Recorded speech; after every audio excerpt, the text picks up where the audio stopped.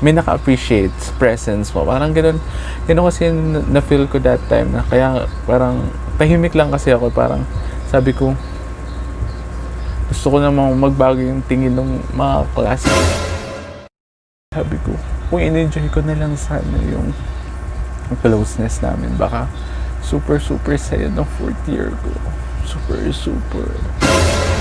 memorable ng 4th year. Lagi ako naman talaga ng open forum, no? Pero siguro talaga ako kasama na tao. What's up mga Kapitenyas? It's your bitch, it's Brent, and welcome back to the BRENT channel. For today's vlog ay tulad nga na sinabi ko sa introductory vlog ko, kung inyo pong napanood. Kung hindi man, ilalagay ko na lang ang link sa description na pwede nyo bisitahin ng the BRENT channel. Sinabi ko nga din sa introductory vlog, one of the main purpose of my channel is to tell you my story from the past up to the present. Bakit gusto ko siyang ikuwento? Kasi parang masarap lang siyang balikan, masarap lang alalahanin yung mga kalokohan, kabobohan, katangahan na ginawa ko sa life. Mga na-realize ko ngayon na dapat pagtawanan na lang, kumbaga, na nawa sana. Meron din kayong makuha ang realizations as well. Kung may reaction kayo sa kwento ko, comment lang kayo. Let's build a rapport. Charot lang, hindi ko alam yan. Gusto ko lang marinig din yung opinion nyo sa kwento ko. So yung kwento ko is way back, I think 7 years ago, when I was in 4th year high school. Sa mga high school classmates natin dyan, kung ikaw ay nanonood ng aking vlog, super thank you. Pero what you hear here, leave it here, okay? Huwag yun ang i-share. Kung hindi sila nanonood, hayaan na natin sila. Ang video na ito ay isang bukas na liham para sa taong tumatak ng lubos sa aking puso. Sa taong minsan nang nagbigay ng rason para gumising ng maaga at para pumasok sa eskwela. Simula noong nakilala at naging malapit ako sa kanya, hindi nabaon ang dahilan ng pagpasok ko. Una sa lahat, nais kong magpasalamat sa iyo sapagkat napakalaki ang idinulot mo sa buhay ko. Hindi man naging tayo, imposible mang maging tayo. Noon, maging ngayon, salamat dahil naging mabuti kang kaibigan. Naging totoo at mabuti kang kaibigan sa akin. Nais ko din humingi ng pasensya at patawad sapagkat alam kong may mga bagay akong nagawa na hindi maganda sa iyo. Mga bagay na aking pinagsisisihan at patuloy na pinagsisisihan. Ngunit ganon pa man, masaya ako dahil maayos na ang gusot sa pagitan nating dalawa. Hindi man kasing lupit dati ang ating samahan, pero masaya ako dahil muli kong nagawa ang sayo'y makipagkwentuhan at makipagtawanan. Alam ko magkaiba tayo ng daang tinatahak ngayon.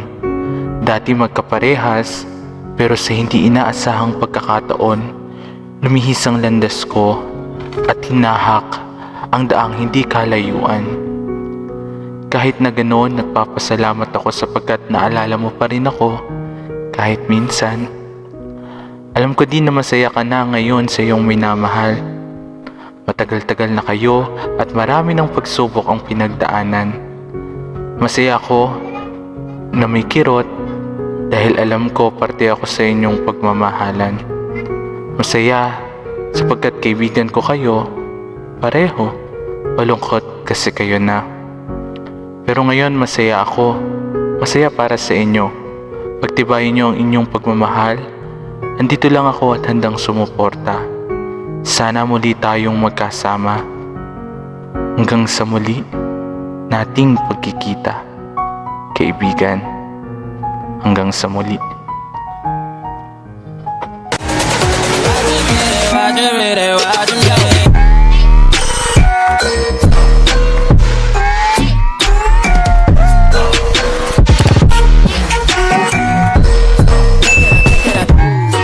So kung napanood nyo yung video sa intro, yun po ay ang bukas na liham that I wrote last 2016. Wala lang, as a vlog. Para lang may ma-vlog. Kasi nung 2016 kasi kausuhan yan ng vlogs, tapos gusto ko lang everyday may upload. So yung bukas na liham, I wrote it for a person from my past. So, today, for this very first episode ng ating Bedtime Stories ay pag-uusapan natin ang tungkol sa bukas na liham na iyan. Samahan niyo ako as we reminisce the past, learn from the past, and realize once again the realizations that we have from the past. Kung gusto niyong malaman ang kwento ko, magpatuloy ka sa panonood. So, welcome sa first episode ng Bedtime Stories!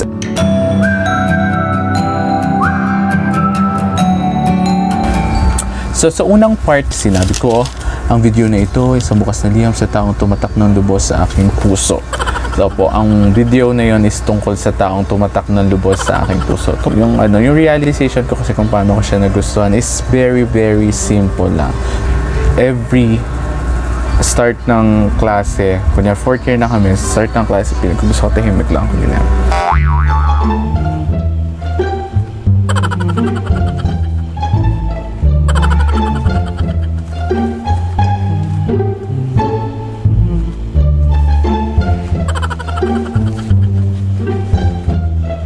Okay, Brent. Okay? First day of school, kailangan isipin nila tahimik ka na at may changes sa'yo. Huwag kang epal, mapapel, at magulo. Okay, Brent? Okay. Inhale. Exhale. Inhale. Exhale.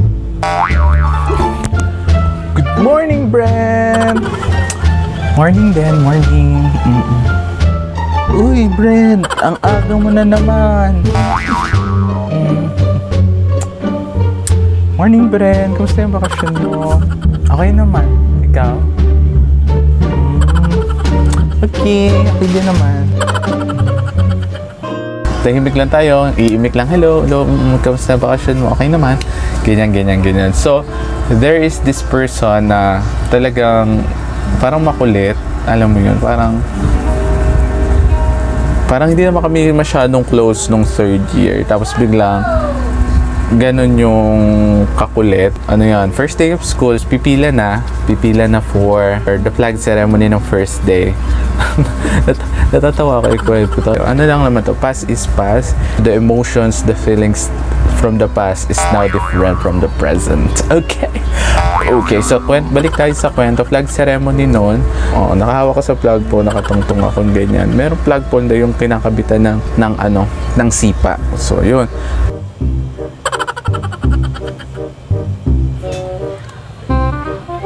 Uy.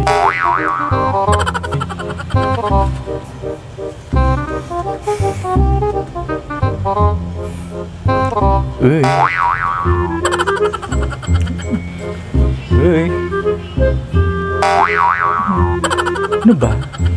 Snabero. Nakakapit ako doon tapos kinikiliti ako dahil. Ang lade. Pero kinikilti ako kasi nga ini-snub ko, di ba? Pero kasi nga, no, 3rd year kasi kami, hindi naman kami gano'n ka-close. Siyempre, si Ashumera tayo. Sabi ko, uy, nagiging special tayo sa taong ito. Parang gano'n. At yung parang pinapansin tayo na parang, alam mo yung hindi ka lang something na display dun sa classroom na parang you were treated very, very special that time. Kaya, siguro, parang parang super sabi ko.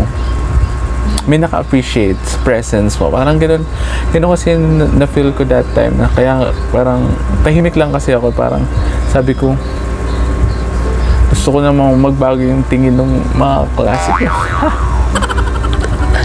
Kasi kung maririnig mo yung mga open forum, syempre, parang feeling ko wala akong nagawa tama nung high school.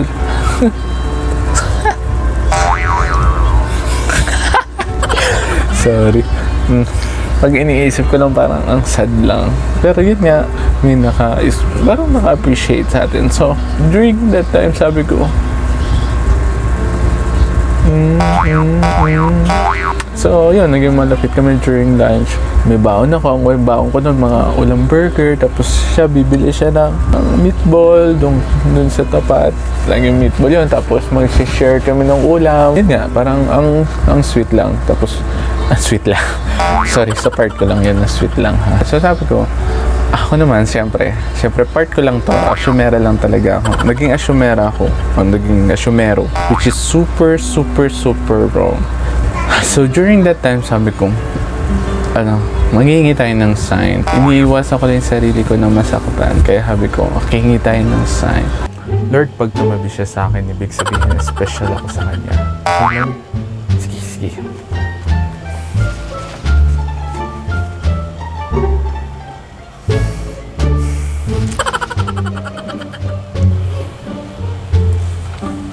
Ay, nakita mo yung ano?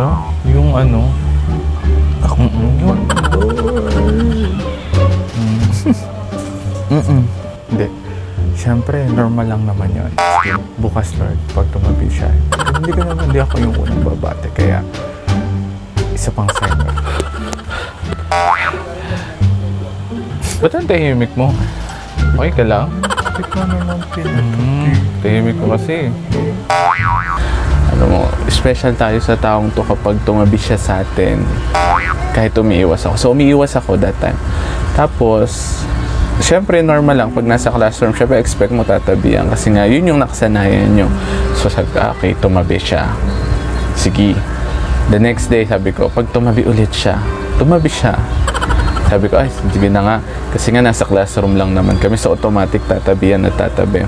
Meron kaming presentation para sa Araw ng Kalayaan kung saan magpa-practice kami ng sayaw. So, sa pinagtipunan, so nag-practice kami ng sayaw para sa dakilang lahi. Wala nang upuan yon. So sabi ko, pag tumabi pa to. Dakilang lahi, nasa'yo'y dami, pag-ibig mo, inang bayan, isinumpa ko. Tugtog. Paagad naman. Bunga muna. Ay. Kapagod na. Pagod nag-practice. Ano ba yan?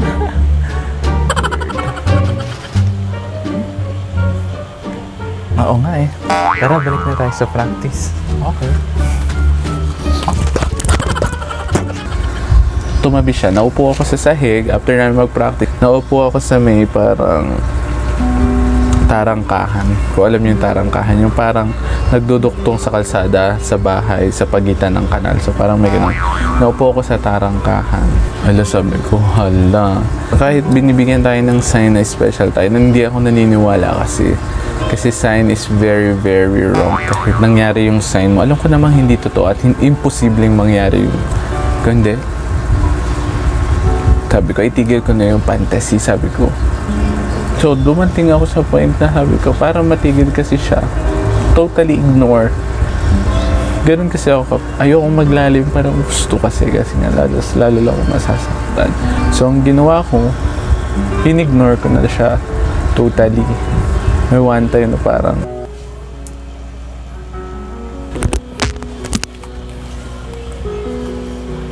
Uy! Uy! Problema ba? Uy! Bahala ka nga dyan.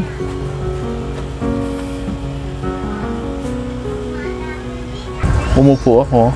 Nung umupo siya, umalis ako. Tapos na, bakit? Anong problema? Tinanong niya ako. Pero hindi ko siya sinagot.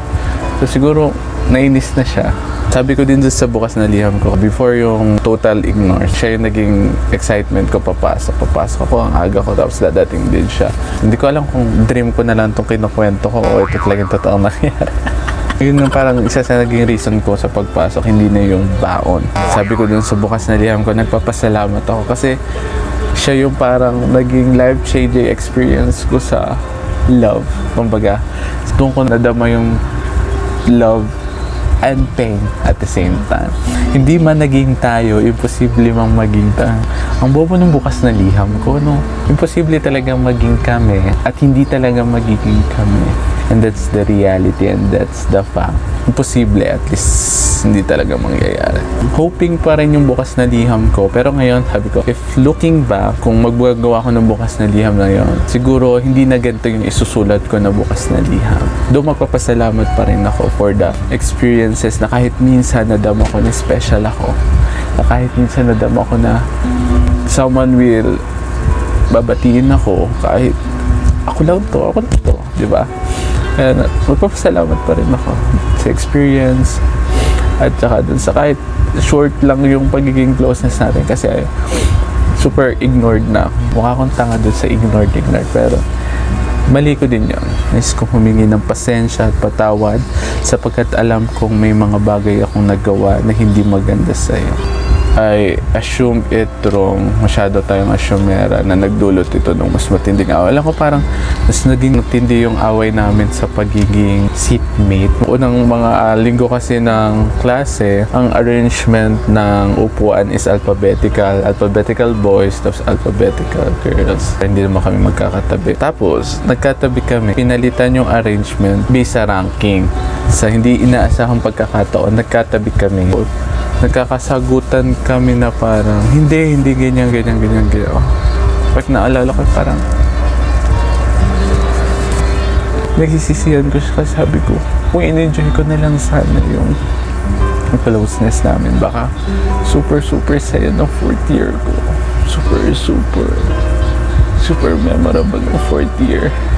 Doon papasok yung sa open forum na lumabas yung parang naging ma-pride, tingin ng lahat. Di kayo nagpapansinan. Lumabas na ma-pride ako. Tatakot lang tayo, masaktan. Okay, good morning class. Ngayong araw, dahil papalapit na yung graduation nyo, ay mag-open forum tayo, okay? Okay, sinong gusto mag-share? Mama ko, ma'am. Yes, Micaela? Ma'am, ayaw pong pansinin si ano. Opo, may ano ata sila, mag-away ata sila, ma'am. Totoo ba yun, Brent? Brent, totoo ba yun? Hindi, ma'am. Okay lang po kami. Okay lang po. Opo. Wala po yun. Totoo ba yun, ano? Totoo yun? Totoo ba yun? Okay naman pala eh. Sino pa ang gusto mag-share? Opo, ma'am. Si Brent po. Kasi po, masyado siyang mapapil. Opo. Lahat na lang gusto niya siya yung bida. Sino pa? Ikaw? Yes? Oo, ma'am. Yan si Brent po. KJ po yan. Hindi po yan sumama nung nag-cutting kami.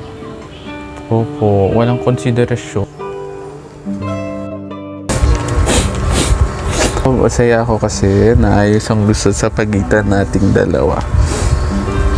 Hindi ko alam kung kailan nagsimula yung pagiging maayos, pero naging maayos na lang siya. Hindi ko alam kung during college na o bago matapos yung 4th year, pero feeling ko bago matapos yung 4th year kasi naging sila na nung isa ko pang kaklase. Kung isa kong kaklaseng yun, parang gusto magkaayos kami. Okay naman kami. Okay nga kami, di ba? Okay tayo? Okay naman kami. Sabi sa'yo, hindi na siya ganong ka-close. No? Siguro meron ng reservations. Alam kong magkaiba tayo ng daang tinatahak ngayon. Dati magkaparehas. Pares kami ng course. Pares lang kami ng course pero hindi kami pares ng school. And one of the reason kung bakit ko kinuha yung course na yan kasi kukunin niya yung course na yan. Kumbaga, somehow, at the future, pwede kami mag-usap tungkol dun sa course na kinuha namin. Pero, nag-iba ako ng course. So, kukwento ko din yan sa susunod nating bedtime stories. Alam ko di na masaya ka na ngayon sa iyong minamahal. Yes, and I know, up to now, ay sila pa rin. I can consider myself part of their love story. Hindi ko alam. Sinulat ko kasi dito parang parte ako sa inyong pagmamahalan. Hindi ko na alam kung bakit ko naisulat yon. Pero yung part na malungkot kasi, kayo na. Sinulat ko kasi ito medyo tanga-tanga tayo, bobo, asyumera. No? Pero ngayon kasi, alam mo talaga na hindi talaga mangyayari yan. Masaya nga ako na sila. Pagtibayin yung inyong pagmamahalan, dito lang ako hadang sana muli tayong magkasama. Hanggang sa muli nating pagkikita, kaibigan, hanggang sa muli, blank talaga. Hanggang sa muli, blank. So ngayon talaga, super happy ako for them kasi nga, they are now celebrating 8 years. Ay, hindi ko alam eh. maybe 8th, turning 8. Ano ba? Comment down below. Pero yun nga, masaya na sila. They have their family na. Unti pa lang pala yung may pamilya sa amin. Ano? So yun yung kwento ng katangahan natin. Siguro ang realization natin is huwag tayo mag-assume. Until now, siguro hindi ko siya na-apply nung nangyari na naman siya sa akin nung nagwo-work ako. Pero now I realized it na hindi porkit sweet sa'yo yung isang tao gusto ka na niya. Hindi porkit sweet sa'yo yung taong imposibleng maging sweet sa'yo. Ganun kasi yun yung mindset parang imposible maging sweet to. Bakit sweet siya ngayon? Imposibleng maging ganito siya sa akin. Pero bakit ganito siya sa akin? Ganun kasi yung iniisip ko kung bakit nangyari na naman sa akin. Pero now, hindi porkit sweet sa'yo yung isang tao, bibigyan mo na ng motibo. At siguro kung gusto mo man siya, na-appreciate mo yung ginagawa niya, be happy and don't expect minsan ganun lang talaga sila. They are just friendly and they just want you to be their friend. Simulan natin sa friend at hanggat hindi nagbibigay ng proper words and wisdom, huwag tayo mag-assume kasi at the end of the day tayo din yung masasaktan. Hindi ko alam kung nakuha na ba yung thought ko dito sa video na ito. Hindi ko alam kung naikwento ko ng tama yung gusto kong ikwento. Hindi ko alam kasi parang nag-emotional na ako sa bandang kalahati. Yun yung isa sa highlight ng high school days ko, I guess. Na minsan na tayong nagmahal, umasa, umiwas. Naalala ko talaga yung open forum. Lagi ako labat talaga ng open forum, no? Pero siguro talaga ako kasama na tao. Kasi hindi talaga ako mabuti. Hindi ko nga alam ba't hindi ako nakapasok sa PBB. Di sana lagi may away sa PBB. Thank you guys for joining me on a bedtime story. Sa kauna-unahan nating bedtime stories, nawa ay nakuha nyo yung kwento. Ano, kung hindi man, comment down below. I-chat ko na lang sa inyo. Kung ano ba yung kwentong yun. Comment mo na din yung reaction mo sa aking kabobohan, katawangahan, at pagka-asyumera ng high school. Again, super thank you for joining me on this video. See you on my next one. Let us all be reminded that every kissing is a blessing. To God be all the glory. My name is Brent, your bitch, and this is the BRENT channel. Peace out! Now I found who I am. There's no way to hold it in. No more hiding who I wanna be.